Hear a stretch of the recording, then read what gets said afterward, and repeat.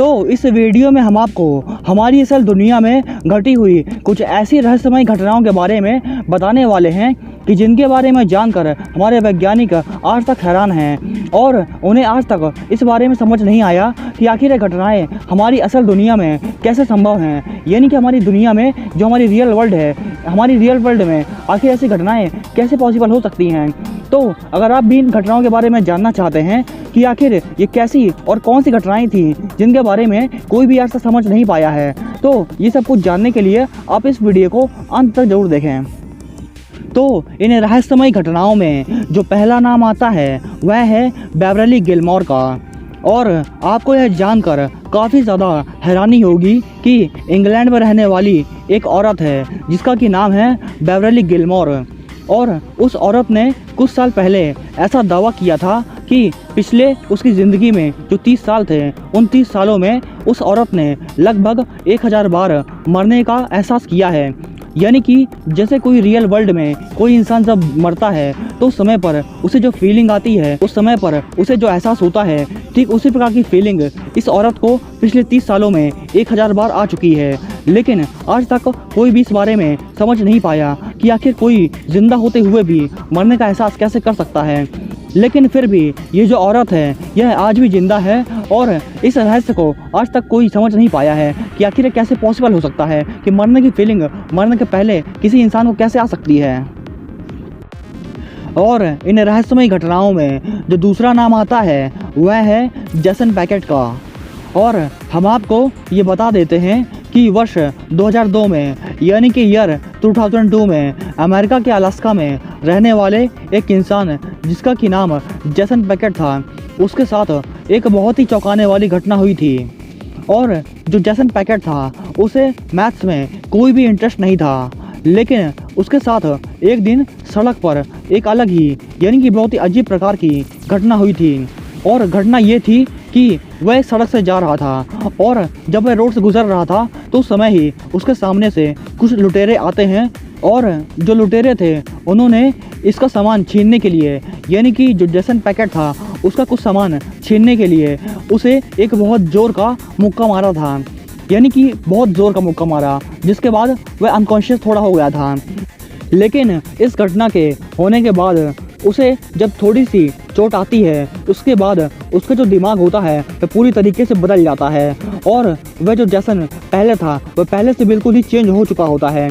और अब आप ये शायद सोच रहे होंगे कि आखिर कैसे पॉसिबल है, कोई भी एक मुक्के से कैसे चेंज हो सकता है।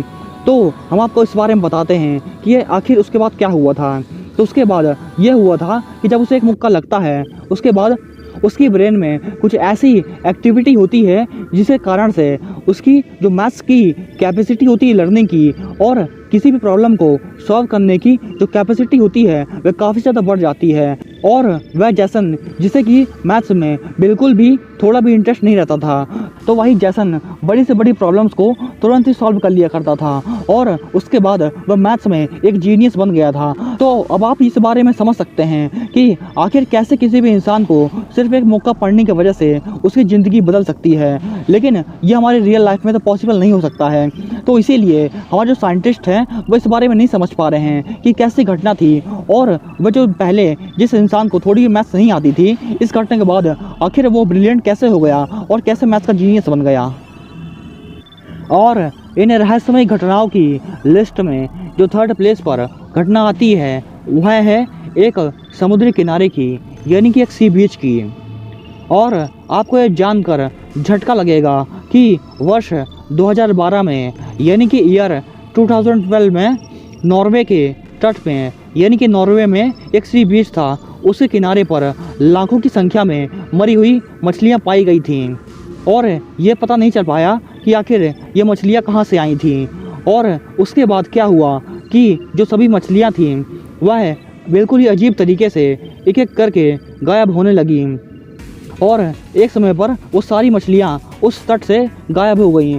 और उनका जो नंबर था वह इतना ज़्यादा था कि वहाँ की ज़मीन तक दिखाई नहीं देती थी। लेकिन पता नहीं किस तरीके से फिर सभी मछलियाँ वहाँ से किक करके सारी मछलियाँ गायब हो गईं।